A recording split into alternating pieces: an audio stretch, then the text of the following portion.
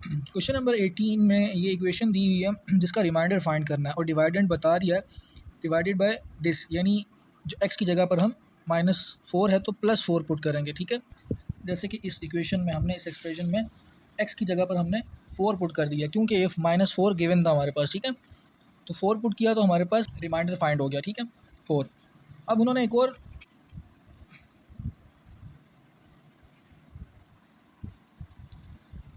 और फंक्शन दिया हुआ है, उन्होंने एक और इक्वेशन दी है जिसमें f(x) = x है। ठीक है, f(x) क्या वैल्यू है, f(x) क्या एक्सप्रेशन है, क्या इक्वेशन है f(x) की जगह पर, ये सारी वैल्यू यहाँ लिख दी। ठीक है, ये प्लस का x इस तरफ गया तो माइनस का x हो गया, ये 10x हो गया, 9x और 1x 10x हो गया। ठीक है, अब इसके अंदर कोई ऐसी वैल्यू पुट करें कि आंसर 0 आ जाए, तो 4 पुट करने से आंसर 0 आ रहा है। ठीक है, तो इसका एक फैक्टर मालूम हो गया x - 4। ठीक है, एक फैक्टर मालूम हो गया, दूसरा फैक्टर इसका मालूम करना है। ठीक है, अब ये थर्ड डिग्री इक्वेशन है ये वाली। ठीक है, इसका एक फैक्टर हमें मालूम है, दूसरा और तीसरा फैक्टर मालूम करना है हमें। ठीक है, तो जब हम इनको कंपेयर करवाएंगे, मल्टीप्लाई करवाने के बाद इसको कंपेयर करवाएंगे इसके साथ, तो हमारे पास a, b और c की वैल्यू आ जाएगी। इसी a, b, c को वैल्यूज़ को हम यहाँ पर पुट करेंगे तो हमारे पास कुछ ऐसा एक्सप्रेशन बन जाएगा। ठीक है, जिसमें x की दो वैल्यूज़ हो जाएंगी, एक x की वैल्यू 4 और एक x की वैल्यू 5/2।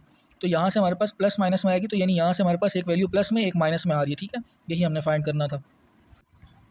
क्वेश्चन नंबर 19 में हमें p की वैल्यू फाइंड करनी है जिसमें x+2 जिसका फैक्टर है और x+3 जिसका फैक्टर नहीं है। ठीक है, ऐसी वैल्यू p की फाइंड करनी है। सेम क्वेश्चन नंबर 9 के जैसा है क्वेश्चन नंबर 19। अगर 9 समझ लिया होगा तो क्वेश्चन नंबर 19 भी इसी एक्सरसाइज का समझ आ जाएगा। ठीक है, लेकिन जैसे इसमें मैंने लिख दिया है कि x+2 फैक्टर है और x+3 फैक्टर नहीं है। x+2 फैक्टर है तो इससे हमें पता चलता है कि जब x -2 पुट किया जाएगा तो रिमाइंडर हमारे पास 0 आ जाएगा। तो मैं इस -2 की जगह पे 0 पुट कर सकता हूँ। यहाँ पर भी मैंने x की जगह पे -2 पुट कर दिया तो सिर्फ वेरिएबल p बच गया, जिसको क्वाड्रेटिक इक्वेशन बना के मैं सोल्व करूँगा तो p की दो वैल्यूज़ आ जाएंगी। ठीक है, उन्होंने कहा था कि p की एक वैल्यू फाइंड करें। अब p की दो वैल्यूज़ हैं तो मैं इन दो वैल्यूज़ को अलग अलग इसी फंक्शन में, इसी एक्सप्रेशन में पुट कर देता हूँ। ठीक है, p की दो वैल्यूज़ दी हैं। अब p की दो वैल्यूज़ को मैं इसी सेम फंक्शन में एक दफ़ा यहाँ पे 1 पुट कर देता हूँ और यहाँ पर नीचे 9 पुट कर देता हूँ। ठीक है, अब दोनों में 1 पुट करने की वजह से इक्वेशन बन जाएगी यहाँ पर और यहाँ पर ये वाली इक्वेशन। ठीक है, अब दोनों में मुझे -3 पुट करना है। क्यों? क्योंकि क्वेश्चन में दिया है ना कि x+3 is not a factor, तो हम चेक करते हैं, टेस्टिंग करते हैं। ठीक है, प्लस की 3 की जगह यहाँ पर -3 पुट करते हैं। ठीक है, यहाँ पर भी इस इक्वेशन में भी, इस इक्वेशन में भी। ठीक है, यहाँ पे हमने -3 पुट किया जब हमने p1 पुट किया हुआ था, -3 पुट किया तो आंसर आ गया 0। तो इससे पता चला कि p1 जब पुट करें तो x+3 फैक्टर होता है। क्यों? क्योंकि 0 आ रहा है। जब हमने यहाँ पर p9 पुट किया और x -3 पुट किया तो आंसर 0 नहीं आया। तो इससे हमें पता चल जाता है कि p जब 9 पुट करेंगे तो x+3 फैक्टर नहीं होगा। क्यों? क्योंकि 0 नहीं आ रहा। ठीक है, क्वेश्चन नंबर 19 बिल्कुल सेम है क्वेश्चन नंबर 13 के जैसे। ठीक है, बिल्कुल क्वेश्चन नंबर 13 अगर समझा होगा तो ये क्वेश्चन समझ आ जाएगा आपको। देखिए, ये इक्वेशन दी हुई है और हमें इसे सोल्व करना है। सोल्व कैसे किया जाता है, इसको मैं जनरल फॉर्म में ले आता हूँ। इसके बाद हम कोई ऐसा नंबर यहाँ पुट करें कि आंसर 0 आ जाए, जिससे हमें इसका एक फैक्टर पता चल जाएगा। ठीक है, अब वही फैक्टर हम यहाँ रखेंगे और कंपेयर करवाएंगे, मल्टीप्लाई करवाने के बाद कंपेयर करवाएंगे, जिससे a, b और c की वैल्यू पता चल जाएगी। अब अगर ये चीज़ें नहीं समझ आ रही तो आप क्वेश्चन नंबर 1, 2, 3 ज़रूर देखिएगा। ठीक है, जब हम a, b, c की वैल्यू दोबारा इसमें पुट करेंगे तो हमारे पास कुछ ऐसे फैक्टर बन जाएंगे। इसको मैं दोबारा से फैक्टराइज करके इसके दो फैक्टर बना दूंगा, तो x की 3 वैल्यूज़ हमारे पास मालूम हो गई। यही हमें करना था। ठीक है, इसके बाद इन्होंने इसी क्वेश्चन के दूसरे पार्ट में हमें ये दिया हुआ है कि एक इक्वेशन दी है इसको। अब इस इक्वेशन को पहले तो जनरल फॉर्म में ले आएँ। ठीक है, यूजिंग सब्सटीट्यूशन मेथड का मतलब है कि इन सब को कोई सेम वैल्यू बना दें। तो यहाँ पर 5x बन गया, इस सब की जगह मैं y लिख देता हूँ, 5x की जगह y, 5x की जगह y, तो इक्वेशन बन गई। अब ये वाली सेम इक्वेशन जो है क्वेश्चन नंबर जो ऊपर वाली इक्वेशन के जैसी, ये वाली इक्वेशन जो है सेम ऊपर वाली इक्वेशन के जैसी है। ठीक है, जो ऊपर इक्वेशन दी थी यहाँ पर, इसके जैसी।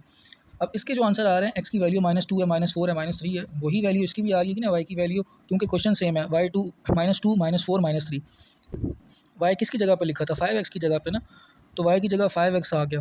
तो x की वैल्यू क्या है, y की वैल्यू क्या है, -2, 5 नीचे जाकर डिवाइड हो जाएगा, तो x की वैल्यू हो जाएगी -2/5। ठीक है, तो इसी तरीके से ये वाली 2 और ये 3 वैल्यूज हम फाइंड कर सकते हैं। फाइंड द वैल्यू के for which this is a factor of this. ठीक है, ये फैक्टर, अब देखें ये इक्वेशन दी हुई है और ये फैक्टर दिए हुए हैं। ठीक है, अब ये क्योंकि थर्ड डिग्री इक्वेशन है तो हमें इसके साथ यहाँ पे क्वाड्रेटिक इक्वेशन लिखी है, इसके साथ हम ax + b लेट कर लेंगे। ठीक है, वही तरीका जो क्वेश्चन नंबर 1, 2, 3 में हमने किया है, इसको जब हम मल्टीप्लाई करवाएंगे और कंपेयर करवाएंगे इसके साथ, तो हमारे पास ए, बी और के की वैल्यू फाइंड हो जाएगी। के की वैल्यू हमने फाइंड करनी थी क्वेश्चन में, ठीक है, यही इसका आंसर है। क्वेश्चन नंबर 21 में हमें यहाँ पर एक्स इंटरसेप्ट गिवन है डायग्राम में, ठीक है। इसी की मदद से हमने ये 3 फैक्टर बना लिए। क्वेश्चन नंबर 1, 2, 3 को देखेंगे तो उसमें सारी चीज़ें मैंने बताई हैं और फिर ये लेट कर लेंगे, क्योंकि हमने पी, क्यू और आर की वैल्यू फाइंड करनी है ना, तो हम पी, क्यू, आर को फिर कंपेयर करवाएंगे इसके साथ। इनको हम मल्टीप्लाई करवाने के बाद ऐसी इक्वेशन बन जाएगी ये वाली, और इसको कंपेयर करवाएंगे इस इक्वेशन के साथ। कंपेयर करवाने के बाद हमारे पास p-4, ठीक है, एक्स स्क्वायर को एक्स स्क्वायर के साथ कंपेयर करवा रहे हैं ना, तो हमारे पास पी, क्यू और आर की वैल्यू फाइंड हो जाएगी, ठीक है। और यहाँ पर हमें डी के कोऑर्डिनेट्स भी फाइंड करने हैं। तो डी के कोऑर्डिनेट्स फाइंड करने के लिए हमें पता चल गया कि एक्स डी पर, पॉइंट डी पर एक्स कितना है, 0, ना एक्स उस तरफ गया ना उस तरफ, तो एक्स कितना है यहाँ पर, 0, ठीक है। तो हम ये जो इक्वेशन हमारे पास बनी है, तो ये जो इक्वेशन हमारे पास बनी है, इसमें हम अगर एक्स पुट करें कितना, 0, क्योंकि पॉइंट डी पर एक्स कितना है, 0, ठीक है, तो वाई कितना आ जाएगा हमारे पास 16। तो इससे हमें पता चल गया डी के कोऑर्डिनेट्स एक्स 0 है और वाई 16 है।